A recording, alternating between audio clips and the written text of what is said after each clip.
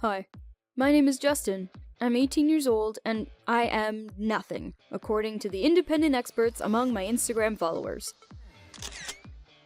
My parents are workaholics, and my little sister Katie is just lovely. She's 2 years old. My parents' anniversary is coming up. 22 years together. They decided to go big for this one. 2 weeks in the Maldives. I hope the bungalow has Wi-Fi. If you take a laptop with you to the Maldives, then I'll be coming back from this vacation a widow. Got it. I can do without Wi-Fi. Who's going to watch Katie while you're gone? Apparently, they hadn't even thought about it. There was one problem. She was 2 years old and would need a nanny while I was at school. My mom quickly took control of the situation and set up an impromptu gathering of our neighbors. Neighbors assemble! The problem was quickly resolved. Our friend's daughter, Susan, happened to be looking for a side job and agreed to become our nanny for the next 2 weeks. She really liked baby Katie and other little children. At least, that's what she told us. Oh, I really looked forward to meeting her. We had occasionally crossed paths on the street when I would take out the trash, and I must say, she was really beautiful. A couple of times, I even tried to talk to her, but realized that she was wearing headphones after it was too late. Hey, what's up? I live just 3 houses down from you, so I guess you could say we're neighbors.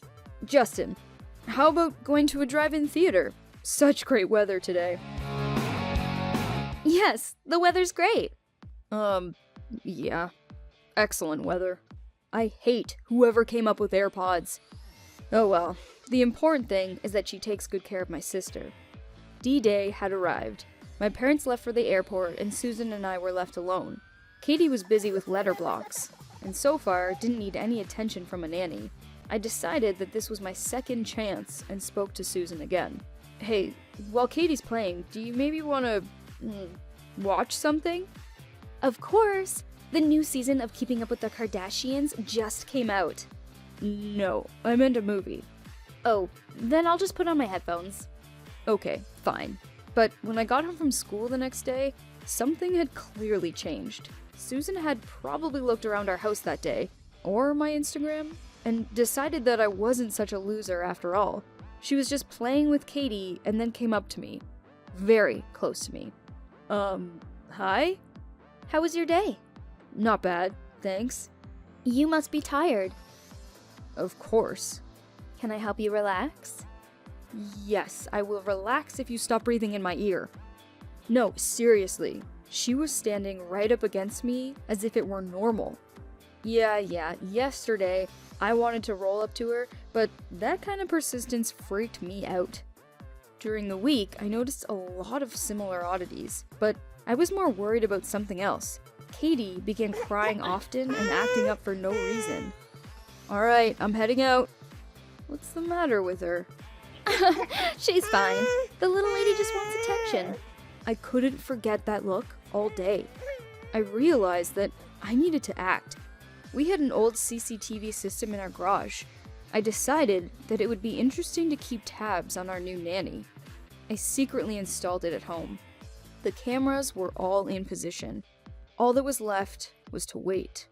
Normally, Susan would have arrived at 10 in the morning, but no one came. Susan was 2 hours late. Katie cried the whole time.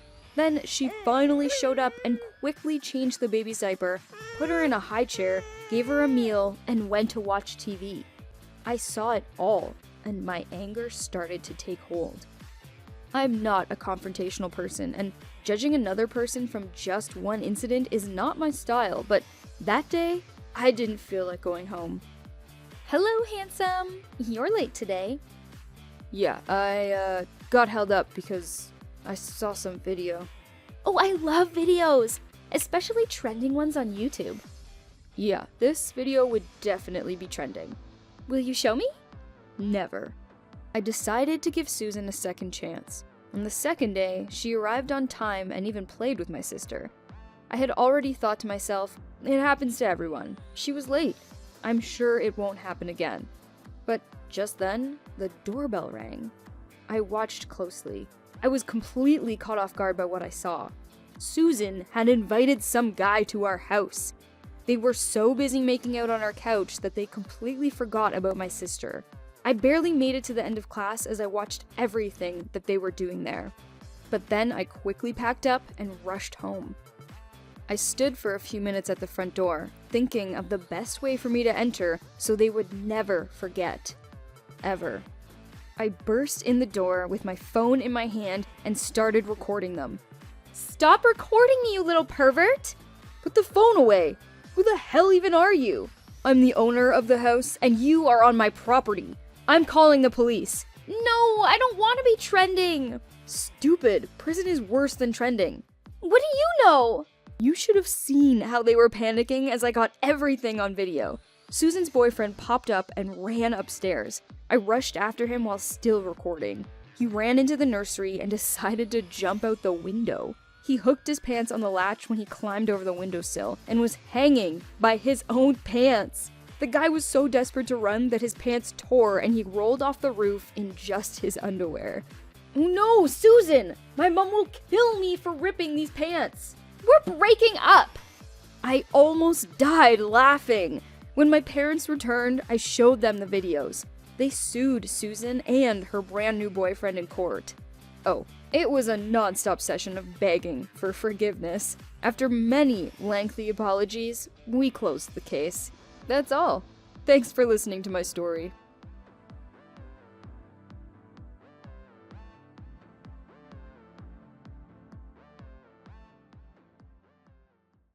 Hello everyone, I'm Matthew. I am 18 years old and recently I have loved chemistry lessons. I would love any other subject if only our new substitute teacher would teach it. In general, studying never aroused my interest. I am part of the school swim team and the chemistry lesson that day was the last class before practice. I gloomily waited for it to start until she came into class. She wore high stiletto heels, a tight-fitting knee-length skirt, and fitted jacket.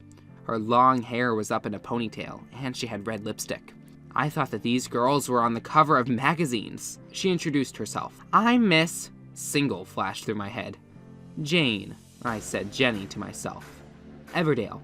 "Oh, Miss Everdale, I will not miss any of your lessons," I decided. And so, when everyone was busy with laboratory work, and Miss Everdale briefly stopped at my desk as the very last in class, I held my breath and pinched her butt. I don't even know how to explain it. Dad always does this when he flirts with my mom. Maybe it's a generic thing. But Jane, she didn't react. But when I was leaving class, she asked me to wait and said that she wanted to see my parents. I couldn't let my mom find out about my little stunt, so my father came to school. I was waiting for him in the hallway, and when he finally came out, he says that Miss Everdale believes that with my grades as they were, I wouldn't go to a prestigious college, and she kindly offered to help me with additional work at her home. And not a word about my stunt in class. Honestly, I suspected that Jane had a crush on me. Why else would she hide the truth from my father and make personal appointments with me at home? On the day of our first extracurricular activity, I rushed home from training to still have time to take a shower. But when I got home, Jane was already there. She was sitting with my dad over a cup of tea. The following week, Jane and my father were again at my house, and when I got home, they were having a nice conversation. I noticed that my dad was speaking to her by her first name, and Jane touched his hand several times during the conversation. It seems I'm starting to figure out what's going on here. The next time I took off from training earlier than usual, specifically to see what my dad was doing with my beloved teacher. When I entered, nobody was home. I went to the kitchen to drink a glass of water, and I noticed a small bag on the chair. It was Jane's bag! I froze and heard a sound coming from the second floor. Laughter and some screams. I began to go up the stairs, and stepped on a rag. It was Jane's jacket. And when I opened the bathroom door, I saw Dad and Jane fixing a broken pipe together. Something is not right here. I understand that I have no evidence, but I know for sure that my dad likes Miss Everdale, and I know that she likes him because I see how she looks at him. I would like her to look at me. There is also my mother. What will it be like if my suspicions are confirmed? I don't know what to do. Maybe it's worth giving up additional classes that bring me only torment. Can you ask your father about everything directly? Or tell everything to Mom? What would you do in my place?